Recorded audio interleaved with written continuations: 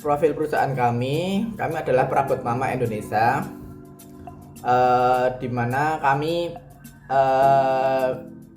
menjual berbagai produk kebutuhan rumah tangga ya. Dan segmen yang kami pilih adalah rumah tangga, orang-orang muda dan rumah tangga baru. Jadi Perabot Mama Indonesia ini perusahaan dagang perabotan rumah tangga yang berfokus pada anak-anak muda dan rumah tangga baru. Untuk ide awal menjalankan usaha sebetulnya kebetulan kan orang tua saya tuh sudah jualan perabotan rumah tangga ya di pasar, di dalam pasar. Jadi ide awalnya sederhana sih ya, ingin mengembangkan aja perusahaan atau enggak usaha yang sudah dikembangkan oleh orang tua. Nah, ketika saya melihat di pasar tuh kan dulu sering bantuin orang tua ya. Itu sejak SMA ingin mengembangkan usaha yang telah dijalankan oleh orang tua, terutama di bidang plastik. Ya sudah, jadi dulu sering ikut mama untuk bantu mama di pasar. Pas liburan kuliah saya bantu, pas mungkin mama butuh bahasanya kulaan dan lain sebagainya, saya bantu dan lain sebagainya, seperti itu. Ide awalnya kayak gitu.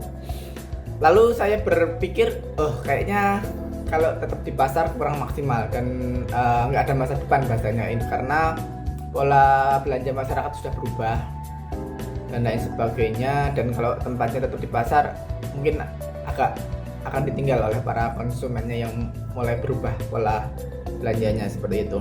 Sudah tidak ke pasar lagi, tidak seperti yang dulu.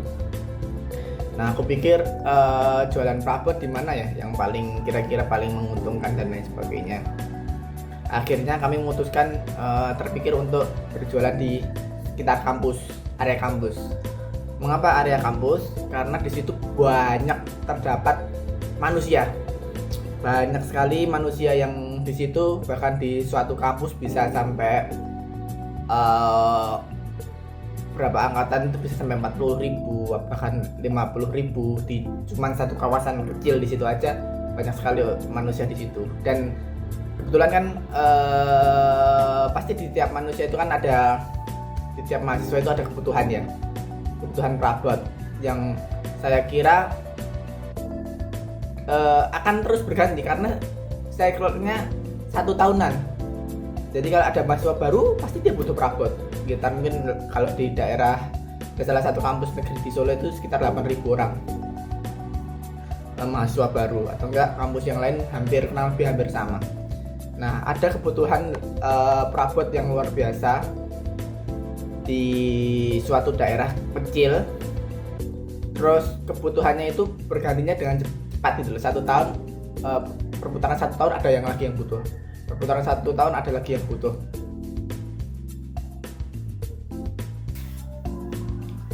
Untuk aktivitas penting yang dijalankan di toko, ya aktivitas yang pertama mungkin terkait marketing ya. Jadi kita harus memahami dulu siapa target yang kita inginkan. Target yang kita pilih, kita penuhi kebutuhan mereka, siapa gitu. Biar mempermudah kita untuk menjalankan usaha ya. Kita memilih target yang kita pilih. Kita itu identifikasi tuh apa kebutuhan mereka. Alhamdulillah di Perabot Mama kita memilih segmen rumah tangga baru dan anak-anak muda. Jadi perabot khusus perabotan apa yang mereka butuhkan di rumah untuk orang-orang muda ini dan rumah tangga baru. Apa saja nih kira-kira produknya yang mereka butuhkan, kita list dan lain sebagainya. Sehingga muncul tuh kita harus beli ini ya. Pertama itu kita mencari supplier nih. Mencari supplier yang mana yang bisa memenuhi kebutuhan pelanggan yang kita pilih tadi. Setelah itu kita pilih-pilih produk, akhirnya kita order produk. Kalau jadi di Perabot Mama itu ada 2. Kita bagi ada 2 ya, karena ada toko online sama toko offline. Jadi aktivitasnya berbeda. Kalau toko offline kita ada aktivitasnya ya, kita order barang datang, kita display, kita input dulu deh barang datang, kita input ke sistem kasir yang kita miliki.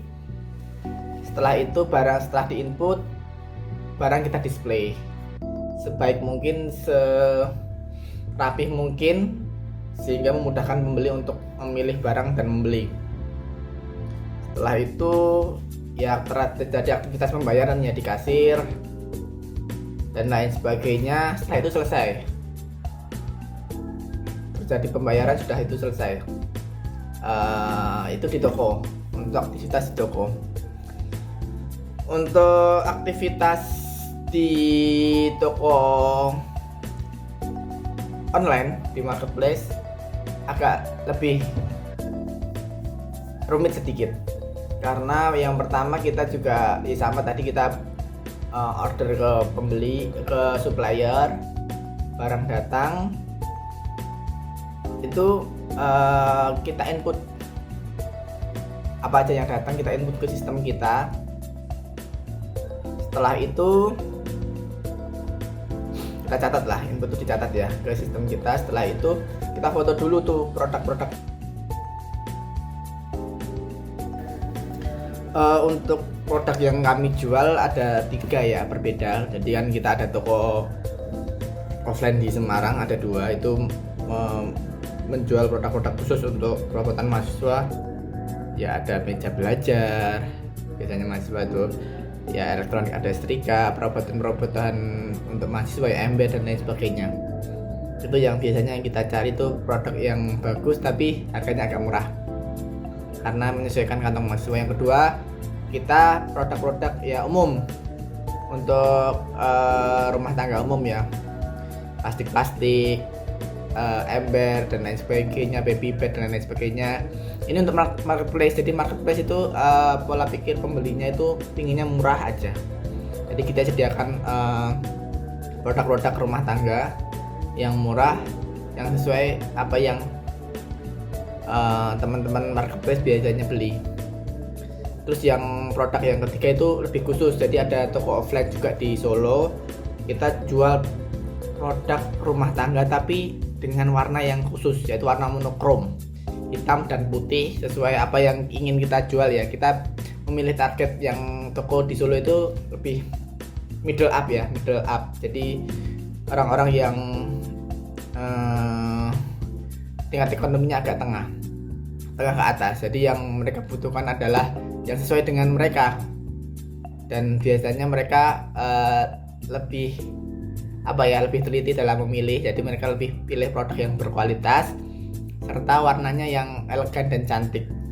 Dan kita memilih warna hitam putih dan monokrom. Jadi kita memilih produk-produk rumah tangga yang monokrom.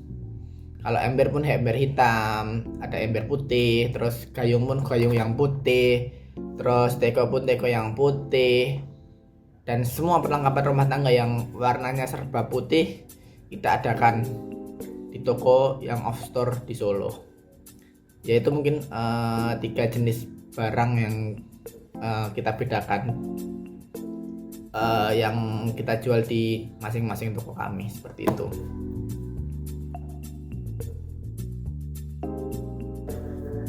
Untuk kiat dalam membangun usaha ya, yang pertama sih menurutku ada tekad yang kuat ya dari seorang calon wirausaha ini tadi, untuk benar-benar terjun di bidang usaha. Jadi jangan setengah-setengah. Jadi kalau setengah-setengah ya serius setengah-setengah.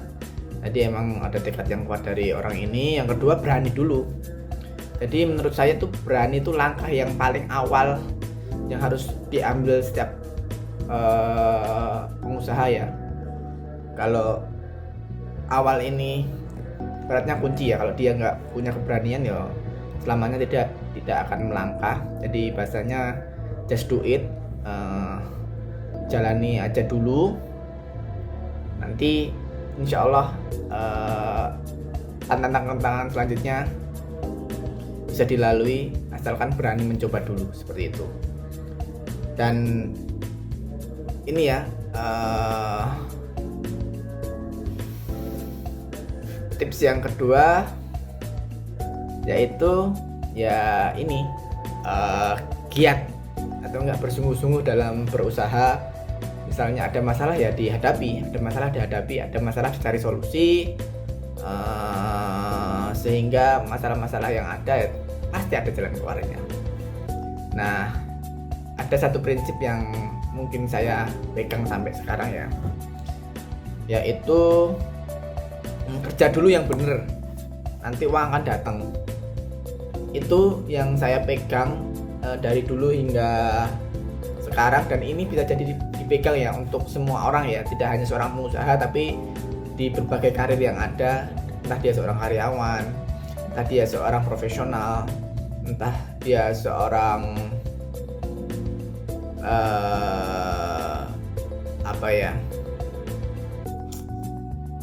aparatur sipil negara dan lain sebagainya. Kerja dulu yang benar, nanti uang akan mengikuti, insya Allah. Seperti itu.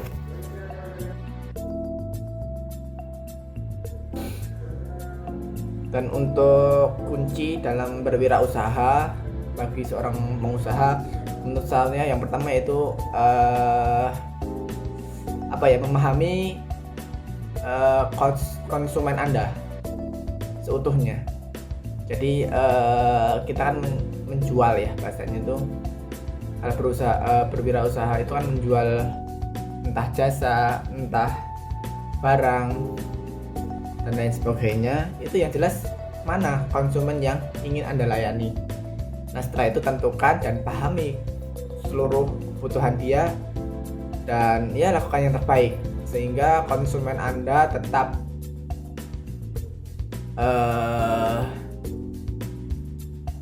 beli di Anda dan tidak terpikir untuk beli di tempat lain, seperti itu. Terus yang kedua, kunci yang kedua yaitu ini sih, hard work ya, kerja keras ya. Menurut saya ini tidak ada gantinya kerja keras itu. Jadi ketika orang sudah bekerja keras, bisa dipastikan hampir 50% kebahagiaan sudah ada di dia, seperti itu. Kerja keras plus kerja cerdas. Jadi kerja cerdas itu tidak otomatis. Orang itu harus melalui dulu yang namanya kerja keras sampai dia push the limit lah bahasanya. Setelah itu dia akan tahu nih bagaimana mengefisienkan kinerja, bagaimana mengefektifkan kinerja sehingga muncullah kerja cerdasnya. Jadi kerja memahami konsumen dengan seutuhnya, kerja keras, kerja cerdas. Itu sih menurut saya hal-hal kunci ya untuk menjadi seorang wirausaha.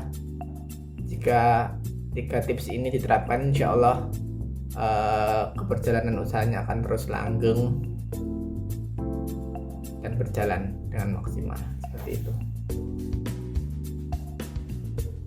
I know you think that you know me, but you